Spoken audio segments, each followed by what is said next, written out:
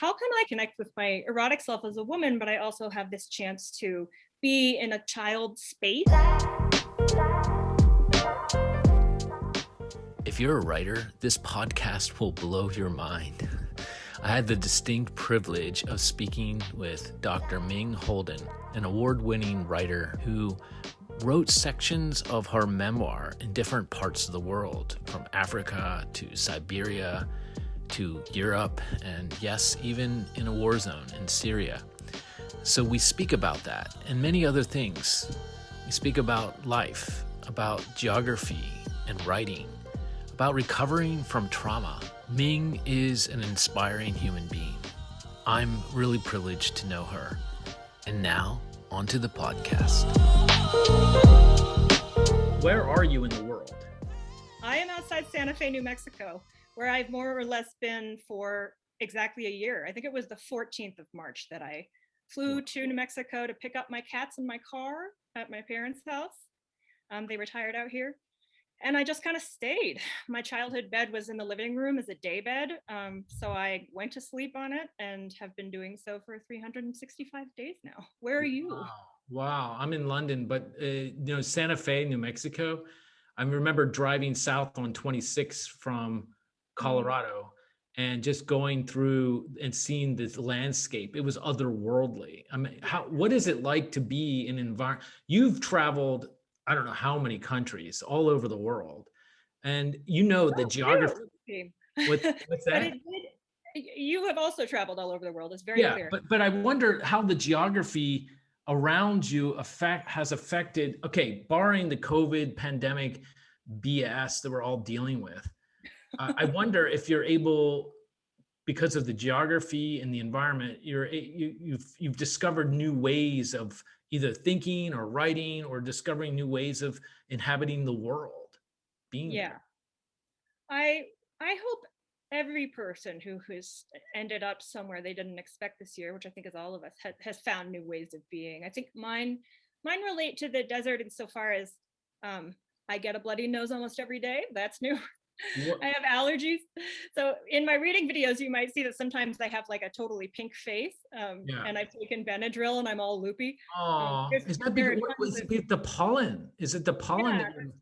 In particular, not juniper, it's chamisa, I think.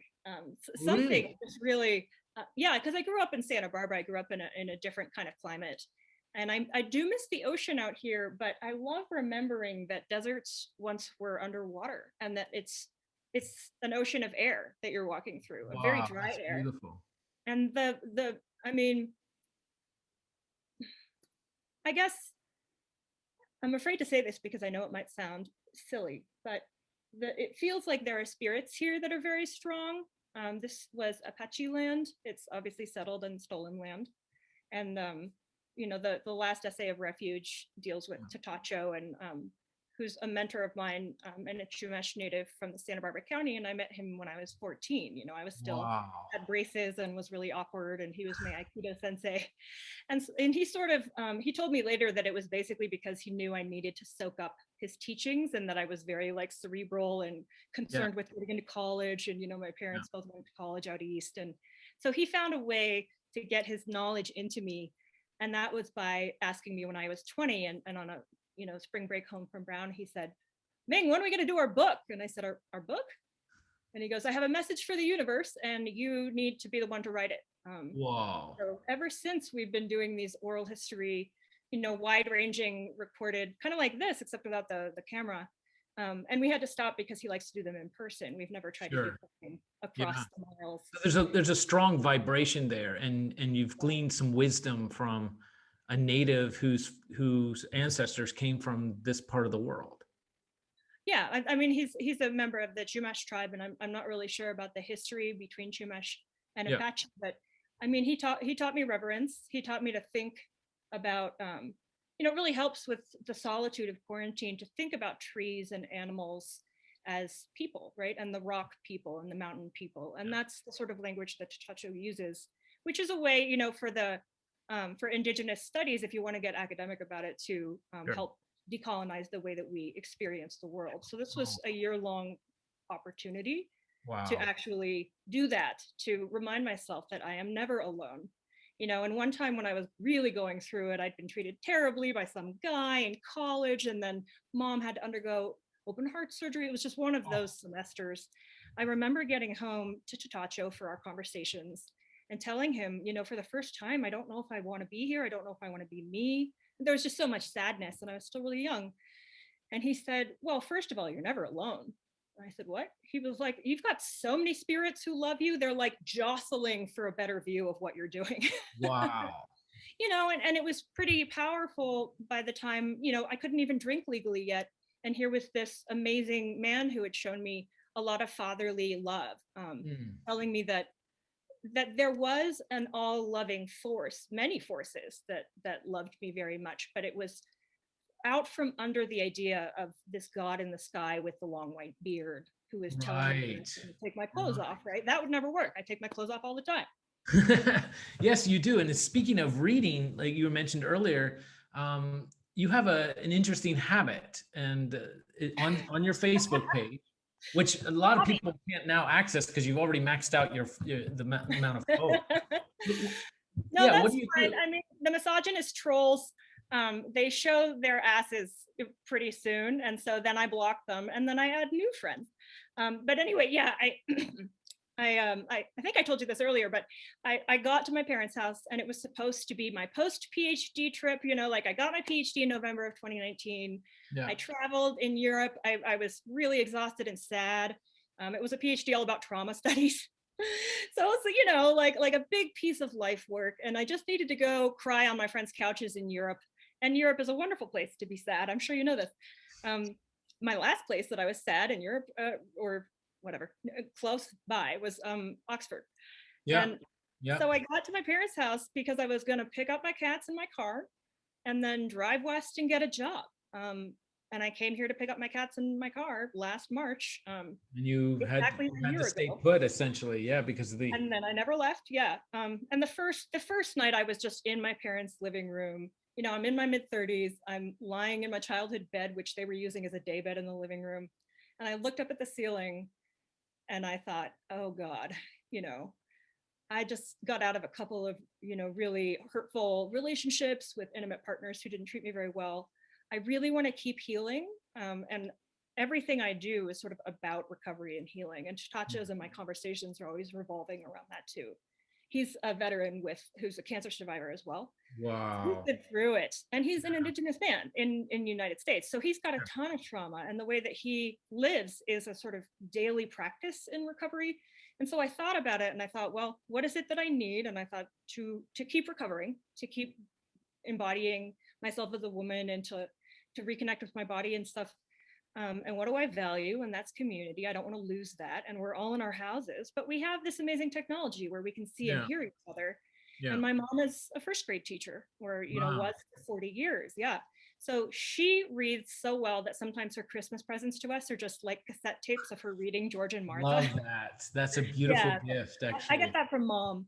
So I just sort of sat there and I thought, how can I connect the fact that I want to reconnect with my erotic self as a woman, but I also have this chance to be in a child space in my head because I'm in my parents' house, right? I'm their child now. Yeah. I always was, but I definitely feel that now because I'm sleeping on their couch. And I kind of just thought, I've had a couple shots of whiskey. I'm feeling brave. I did figure modeling in college. I'll take off my shirt and read my friend's Goodnight Moon on Facebook Live. And that was almost exactly a year ago. Wow. And hundreds of people, by the time the thing stopped, there would already have been 97 views or something. And then in the next few days, there would be a couple hundred more. And then I started getting like, thank you for the stories. So especially when it's warm out here, it really is just so gorgeous. And it's a huge part of my well-being to get outside every day. Yeah. So during the day, I'll wear clothes and I'll go on a walk with my cell phone, and I'll put it in a tree and I'll read a children's story. Wow, that's incredible. And then at night, I'll take off my clothes and I'll read either my own stuff, or especially since June 2020, I've been doing some race history, race theory. It seems important, and I just got a doctorate, so I've got those books around.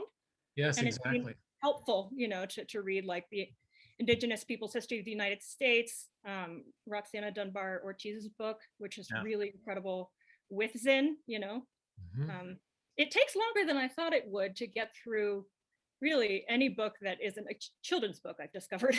So I haven't even gotten to Zinn yet, but it seemed most important to read Indigenous Peoples' History of the United States. Especially while you're in that location, right? It's really beautiful how you mentioned how the deserts are like used to be underwater, and there's like an ocean of air, is what you said. It's beautiful. And I came across you because of the book you wrote, Refuge, and you won an award for a Memoir Award in 2016. Congratulations on that. Thank you. I was in the middle of 2 classes where I taught intro to acting as a theater grad student at UCSB. Just gorgeous, like right by the sea. Yeah. So between classes, I had 10 minutes. And so I would take 5 of the minutes and go outside and watch the ocean. And I just remember looking down, and I had submitted this thing for 2 years with no bites, and then in February, I saw that Kore was having this memoir award, and Lydia Yuknavitch was judging. And Lydia Yuknavitch embodies and is and writes so authentically. She is just extraordinary in what she's doing with the braided essay form and moving away from the academic format with corporeal writing and teaching classes through her own deal instead of at a university. I mean, just what she's doing is really fantastic. And how loving she is really important. So I just remember thinking like, oh, Lydia Yuknavitch is judging it. And happily, I had always thought she was awesome, but never met her. So I could send in my stuff for the contest. And it was the last $25 I could afford to spend on a writing contest, and I really didn't expect very much at all, but I remember thinking, I'm gonna kick myself if I don't do this last one, because Lydia is judging it. And I love her, I love who she is. And that was the time that I thought, instead of putting these essays in chronological sequence, I'm gonna do it just from my heart. I'm just going to start with my heart, which is Rose, which is about figure modeling, but also about what is inside us. And then branch out, right, to Syria, and then so I listened to a different progression in my head when I thought about the essays and how they were going to go. And I think that is as important as anything. Hi, Mom. That's great. Say hi to your mom for me. I think the most shameful thing, because I don't feel shame about, reading in my underwear. What I do feel shameful about is that I watched fluff, like either puffy rom-coms or mysteries where British people figure out who murdered who. Oh yeah. And I could not go there. My father's a member of the Academy, and he's a retired film editor, so he gets these screeners. Yeah. And this is the first year of my life that I haven't been like, where are the screeners? Let's watch the movies. Right. I'm not ready, or I wasn't for a long time. You know what I just watched? A series I just watched. Oh yeah. Well, what did you watch? I mean, I haven't sunk so low as to go to Hallmark, but have you done the Hallmark trot here and there? You're a romantic. Yeah. Have you seen Hallmark films? No, but I do watch really bad Netflix romances. Yeah, like have you seen Virgin River? Have you seen the Virgin River? Have you seen that one? No, but I have heard of it from the friends with whom I watch the puffy films. So yeah. There you go. So I've heard that one's a pretty commie kind of thing going on. But yeah, that's nice. I actually really you have to be ready to have feelings when you watch really well made films. That's all. Yeah, that's right. And even just I wasn't sure emotional strength. But speaking of like works of art, I read your book Refuge, and it's just astounding to me. I am familiar a bit with the memoir genre, and the way you weave in certain metaphors, and how there's one line in here at the beginning, because you were a model, and which sounded really sketch to me. I was like, okay, wait, she answered an advertisement when she was an undergrad at Brown University to go pose nude in a guy's basement. Okay, so that to me was like, okay, wait, okay, what are we gonna find here in this in this set of stories. So it's fascinating in that regard. You're still alive, obviously, because you wrote it. His name is Robin. He turned out to be very sweet. His Oh, basement was in fact very musty, and the whole thing did seem sketch, but um, not in a way that made me feel uncomfortable. It was okay. just an informal drawing group that this local art teacher had with his friends. They Yeah. were all middle-aged guys, but Robin had a daughter my age. I never met her, but he would tell me all about her. And Okay. I didn't have a car, so he would come and pick me up on campus and drive me out there. And it was just one of those many experiences that are in the book where people would ordinarily expect something bad to happen. And I think part of why I'm still sort of a humanist, or a humanitarian at least, is that so often the worst did not happen. I think Yeah. I've spent a total of 3 years, I believe, living, on 4 different continents, really going outside what a lot of people in my age and demographic might describe as their comfort zone. Right. And if the worst had happened, I wouldn't have kept doing that, but it didn't. The worst thing, the sort of worst traumas in my life have been interpersonal and took Right. place almost entirely within American borders. Yeah. So Well, it's everywhere I actually, went was a ordinary lot of people. countries in the world issue warnings, travel warnings, if you're heading to the United States, because it's unsafe, in certain parts of it. In fact, Very, especially crime, now. crime is astronomical in comparison to Europe in general, compared to the United States. And it's really interesting too, I think, especially since post 9/11, there's been a dramatic drop in Americans traveling abroad, and that creates this isolationism, which is a kind of petri dish for this popularist, I agree. nationalist, these kind of Yeah. dangerous, but you've been, so what I was going to say is, like you, when I travel, you oftentimes hear these stories full of fear, and but when you're on the ground in places that could be considered dangerous, you meet people. People are there. They're, especially in the Middle East, they'll give you a cup of tea and they want to know who you are. And Yeah, it's a extraordinarily different story. generous and hospitable. Yeah, So much of their identity is bound up in being legendary hosts. So absolutely. everywhere I went, specifically in Syria, I couldn't go anywhere without being offered tea, even a refugee tent on the wrong side of the border, within Syria. That's And by then amazing. it was You were in Syria. You were in Syria like when? Like during the whole 2013. Assad? So it was after, yeah, it was after the civil war began, and we had cut diplomatic Why the ties. So hell would you go there? Like, I'm just curious, Ming. Like because by seriously, then really I answer that question. Why would you go there? Oh, because I'm a little bit delusional and dissociative, and I just figure I'm the protagonist of a movie that ends well. If you don't have that fundamental narrative, then you're not going to go to scary places. Yeah. If I, for instance, like personally, I've struggled with anxiety, I've struggled with depression, but I've never struggled with anything on the OCD spectrum. Where you have intrusive thoughts about the worst that could happen. I only have that when I'm super interpersonally traumatized and I'm driving with my cats and I'm afraid they'll fall out of the car. Yeah. That's the worst it gets for That's me. pretty, Other yeah. than that, I started traveling internationally and living internationally when I was 16, and I was in Ecuador for a summer. And I just remember I would just sort of look out the window at the banana trees going by and think, daydream about good things. And then I sort of slotted that into always thinking about how I could write about what I was doing when I got older and became an adult and started doing this work abroad.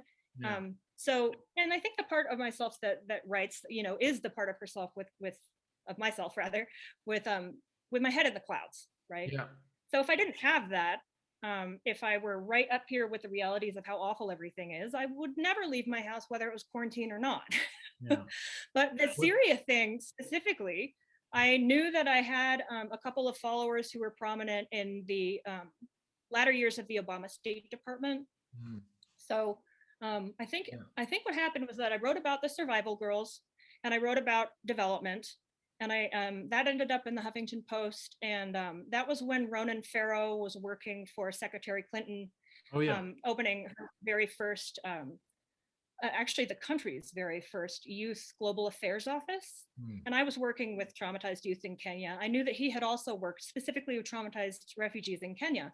Right. So when I decided that I was going to try a different model for a development project and not say exactly what I was going to do when I got there, but just know, like I said earlier, if you know what your skill set is and you know what your values are, you can assess the environment that you're in and Right. be as helpful as possible after getting a sense of the culture and the factors at work.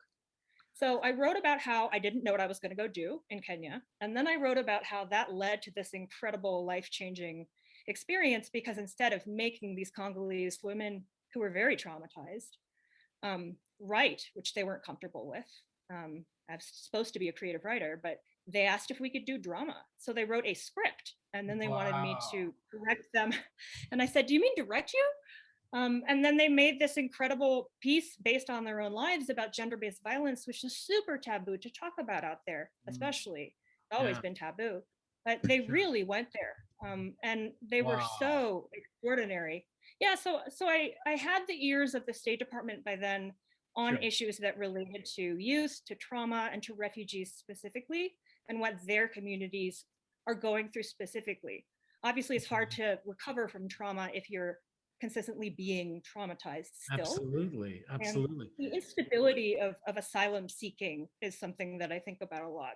You've been How in to a get lot relief of from people. yeah, you've been in a lot of dangerous situations, Ming. And Well, this is the thing. They but didn't I feel was gonna dangerous at I was the gonna time. ask. I mean, you've been in a lot of dangerous situations, and one of when you're reading this refuge towards the beginning, where you're on the border between Turkey and Syria, and you're in this car with this cardiac a physician from the UK, and you're getting ready to go through the border, and all these things. I mean, I mean, come on, were you not scared shitless or what? That was the one time I actually felt fear in my body, because the post-conflict context, excuse me, is what I was working in Kenya, right? I'm in a slum, yeah, but it's Nairobi, it's daylight. That's when I'm out there working with these girls.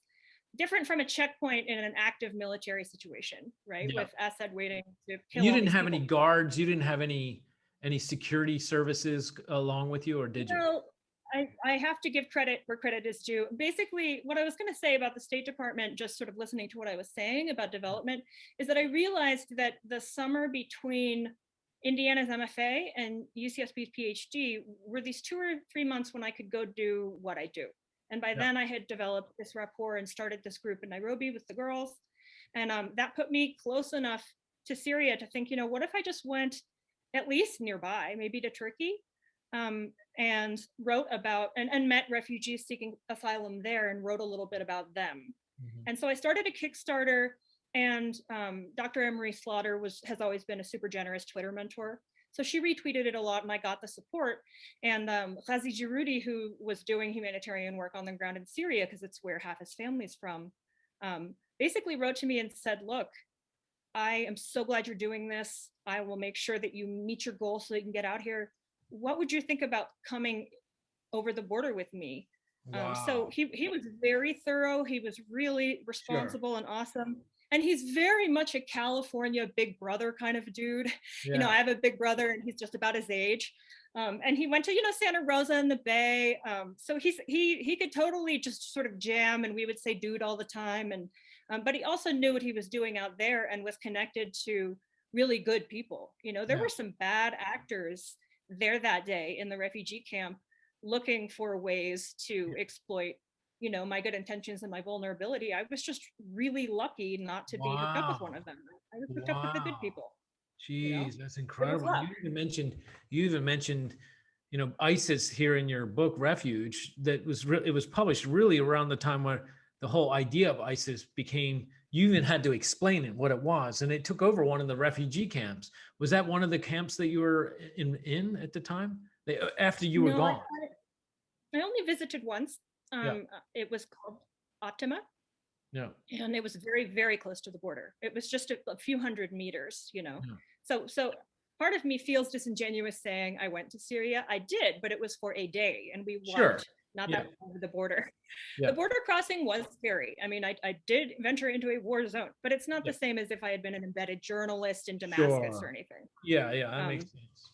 Well, I worked in the Red Cross during the Great Migration in 2015 in the fall, and I was on the border between Austria and Slovenia. Anyway, I met amazing people from Damascus who were coming through, and I'm still friends with some of them on Facebook now. And Yeah. just That's one of the best things, is those friendships don't end, you know? Yeah, totally. Yeah, it's really quite amazing. And but then you mentioned also when you were in Ethiopia, you were in a mall a couple days before an attack. What was that Well, that time? was in Kenya. That was in Kenya. Nairobi. That's right, Kenya. Sorry. Specifically, the Israeli-owned cafe where I would go to type up notes about Syria and about the work I was doing with the Survival Girls Theater Group. I would go there in the afternoons after working with the girls and just write up stuff. They had this Why? wonderful Because they had girls' internet? Is it because they had internet connection? Is that why you went? Yeah. Yeah, There you go. That's why. But it was also that, you know, it was very verdant, and Nairobi can be kind of a gritty city. And I just really loved all the plants they had on the patio. Yeah. So, you know, I would order the same salad every day and get the work done. And 2 days later, that entire mall, specifically that cafe, was targeted in a super bloody, like 2 or 3 day hostage situation. So how come you weren't there?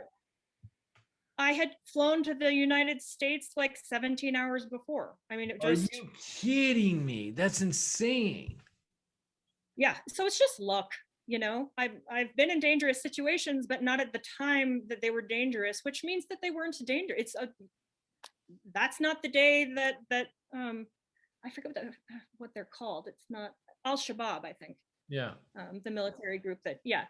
I mean, tensions with Somalia and within Somalia have affected a lot of what happens in Nairobi, or at least had when I was there last. And you wrote your chapter on Lenin where? Tell us. Kind of like the Poughkeepsie of Russia, you know, working class city called Syktyvkar, just west of the Urals, so just west of Siberia. And that was another time when I was just lucky. I guess I have a pretty good sense when I'm interacting with somebody in email, even whether they seem like good people. And it was a sustainable forestry organization, you know, like I learned I had gotten into Brown. I had gotten into Brown as a spring transfer. So I had one free semester. And my cousin, I got on the phone with my cousins and told them the news, and then told them when I was going in, and they said, you know, a free semester is not a bad thing. Why don't you send emails? Everybody needs somebody who's good at English, who can do editing, who can do writing. It was already very clear that I was a writer. Apparently, my mother says that that was clear by the time I was 8. She's a school teacher, so she knew. And they just said, write to everybody, and just shake trees and see what happens. So I went to the World Wildlife Fund website and the Nature Conservancy website and cold emailed everybody with my little resume that had like 2 things on it because I was 18. Yeah. And this one response was positive and personal, and it was from a Polish guy called Przemek, who lived in this Russian city, who was doing sustainable agriculture with a sort of subsidiary of a World Wildlife Fund umbrellaed NGO that was its own thing. It was just a bunch of Poles and Swedes teaching Russian people who weren't used to using their voice, especially indigenous communities in the forest, to have their cultural heritage respected. You know, so they were bringing, you know, these sort of liberal ideas into post-Soviet Russia. And then I just remembered that the email itself was something like, we would need visa, we would need, you know, the home for you to sleep, and if we satisfy all the points, you are here. And that man, Przemek, is so well loved. He's such a figurehead in that office. All of the employees loved him. He was like everybody's dad. And when I met him, you know, he looks at me as a sort of old whiskered guy, kind of like an old owl, and he goes, "It was brave that you are here."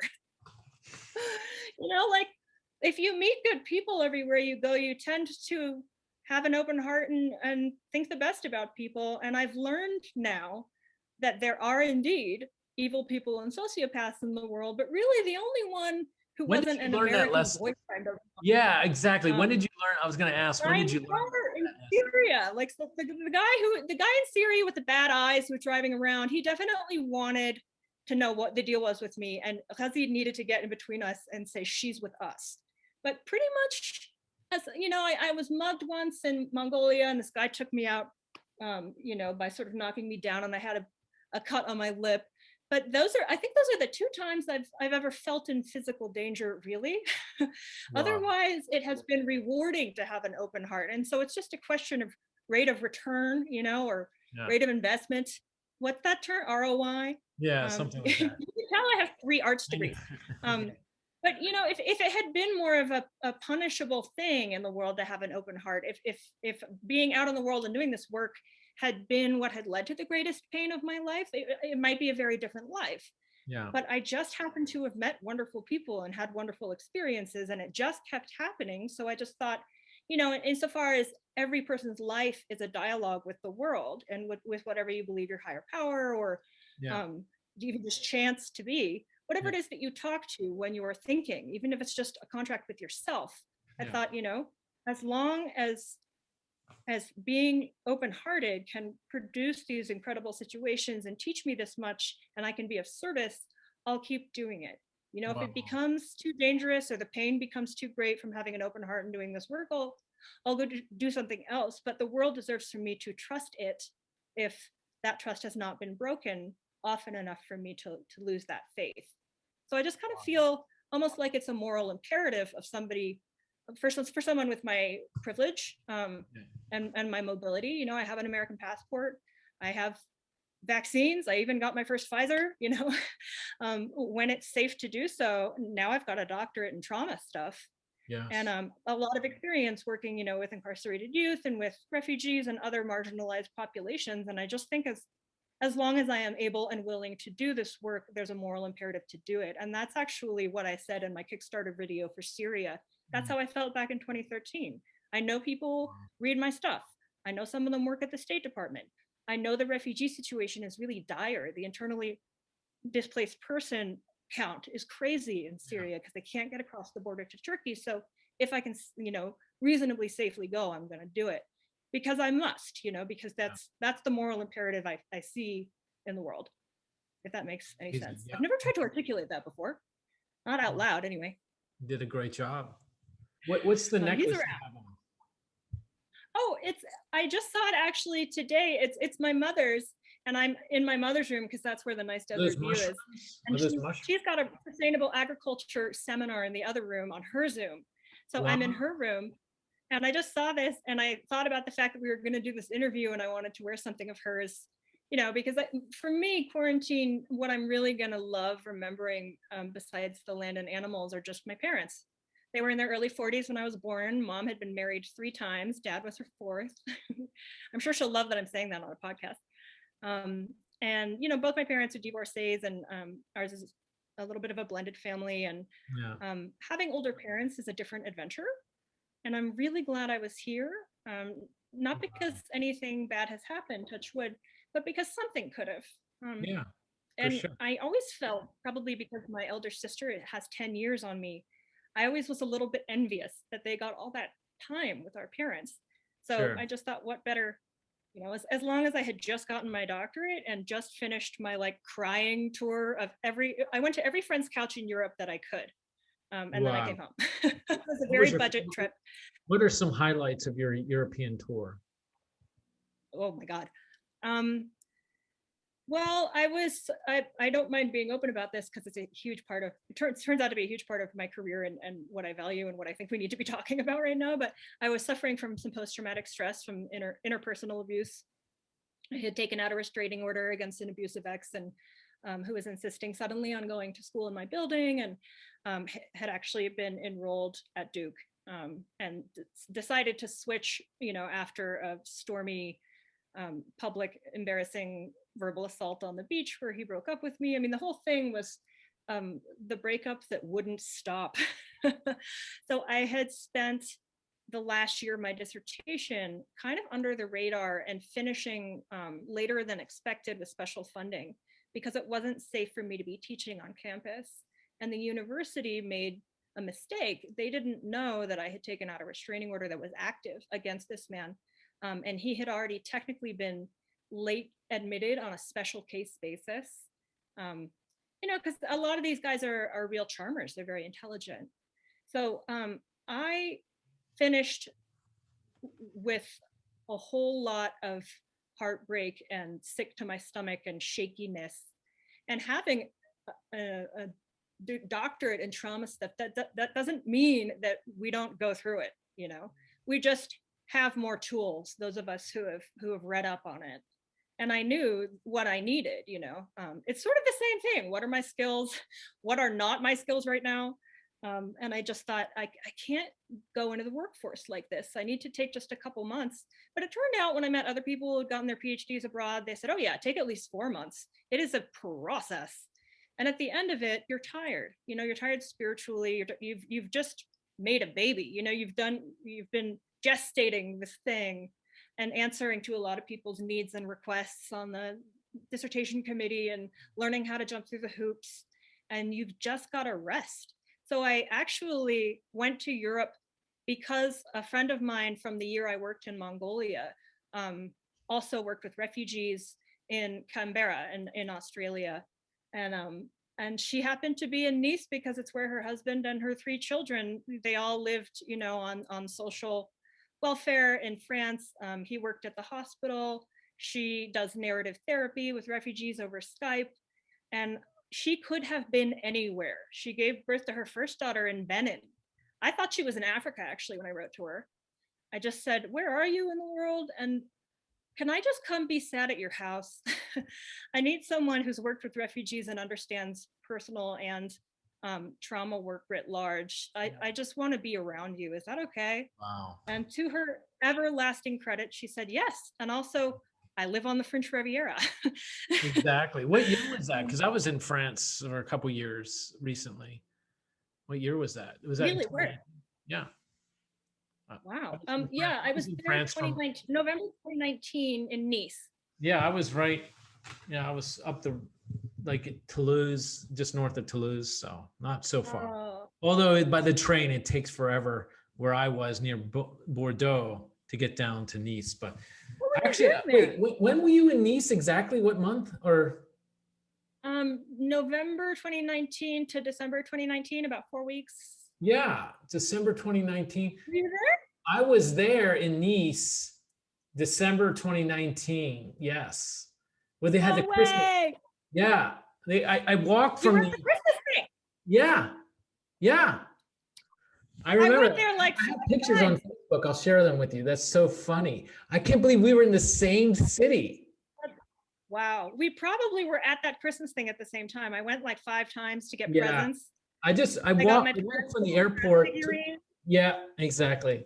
I went from the airport because I had a layover I was there for a day, and I took the train into Nice, which was actually quite convenient. Did you notice how awesome it is to fly did you fly into Nice or did you take the train from Paris? So I flew in. yeah, isn't it amazing? You just get off the airplane and you literally walk outside and you get on the nice little tram that takes you all the way through Nice. It's amazing. Oh yeah. And I also remember taking the train to Antibes, where there was a holistic trauma therapist that Po took me to. And just, it was the winter, like it was really amazing to do all these touristy sort of things and be in these gorgeous places in the off season. Like Antibes is this incredible, I'm sure in the summer it's packed, but instead it was this very quiet, gorgeous, and I just remember the waves were really moody that day and they were crashing, at the end of the sea. And my parents mentioned, we've never seen you go somewhere like easy, like French Riviera. Yeah. Just me, instead of going somewhere hard to do work. So we're glad you're doing this. And it was really something. There was no way I could get out of feeling really awful. That's part of healing, is allowing yourself to feel really bad until the feeling has been felt. And then it leaves usually of its own accord. Yeah. But in the meantime, I got to be sad on the streets of Paris. After Nice, I got to go beagle sit for my friend from college in Montmartre while she visited family in England. What am I looking at?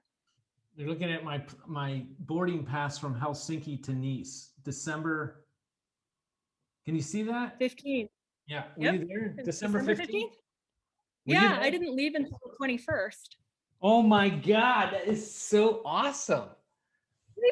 I'm serious, man. We probably like walked past each other in front of those little wooden housey things with all of the oh, Oh, what's that? Is it galette? No. The that French drunk food. oh yeah. Raclette. Yeah, exactly. Yes. I spent the whole day at the beach, and I just I'm like the sure. boardwalk, you remember where all the Christmas things were, and you walk right straight out to the boardwalk. There's And just or the beach. Yeah. yeah, I was there, like just like in the sun. I was just in Helsinki for a week, and I was just like in the sun in Nice in December, and it was Wow. How brilliant. cold was Helsinki? Oh, it was really cold. Like it was insanely cold. But then Nice that day was just wonderful. It was like 65 Fahrenheit, like 20, like 18 degrees centigrade. And the sun radiated, and you just drink a little couple martinis with the sun, and you're perfect. Yeah, that's when Poland is an incredible narrative therapist, and she's raising 3 young kids, and they were like 2, 6, and 9 or something, very full on. And she still took the time when I first got there to take me to the boardwalk and have a drink with me, out. We were wearing sunglasses in Oh yeah. November. Oh yeah. Yeah, it was really something. That's And then amazing. I went and Beagle sat in Montmartre and spent Christmas and New Year in like downstairs from Sacre Coeur. And Oh I got yeah. to go to the Christmas mass, which was an extraordinary experience. Did So, you go to that I echo? was gonna feel like shit, but I was gonna feel like shit in beautiful places. So we kept having cry on her couch. So I cried on Poe's couch in Nice. I cried in Montmartre with the Beagle every day, and went to Sacre Coeur for the Christmas mass. And Oh then I got an yeah. Instagram message from a young woman I used to babysit, who said, "Are you in Paris right now?" And I said, "Kiana, how old are you?" And she's like, "I'm 23. I just graduated Johns Hopkins. And I was on a birthright trip to Israel, and my boyfriend broke up with me. Want to come with me in his place to Greece?" And I said, she said, "I'm going to be in Paris in 2 days. My aunt lives there. I'm going to stay with her for a few days and then go to Greece. Why don't you come?" And it was Amazing. exactly the day that the house sitting ended in January 2020. So Kiana and I did that. And then I felt very sad, at the top of this beautiful, um, little fort in Greece, and talked to the spirits there, and Wait. Where um, in Greece did you go? Because I lived in Greece for a year. I I'm going to butcher the name. I fear I want to say Napolitano, but that's Italian. Oh, okay. So Naprio. Nafrio, yeah, that's a beautiful Absolutely, yes. town. Nafrio, it's near Sparta. Peloponnesian Islands, right? Yeah, and you go by Corinth. So it's actually a long drive from Athens to get there, but when you're there, it's a beautiful, charming city. And you remember off in the just a bit out into the sea, it's like where the prisoners used to be. Remember how they put the prisoners? Do you remember? I wrote a novella in Nafria. No Yeah, way. yeah, I did. Yeah, I was Well, I actually in was this there. moment The when my woman I used novella to turned into a babysit. novel. Yeah, Of course it did, because you're you. But yeah. what was funny is that Kiana and I spent the night with her aunt and uncle, in upscale Paris, and we had oysters to celebrate.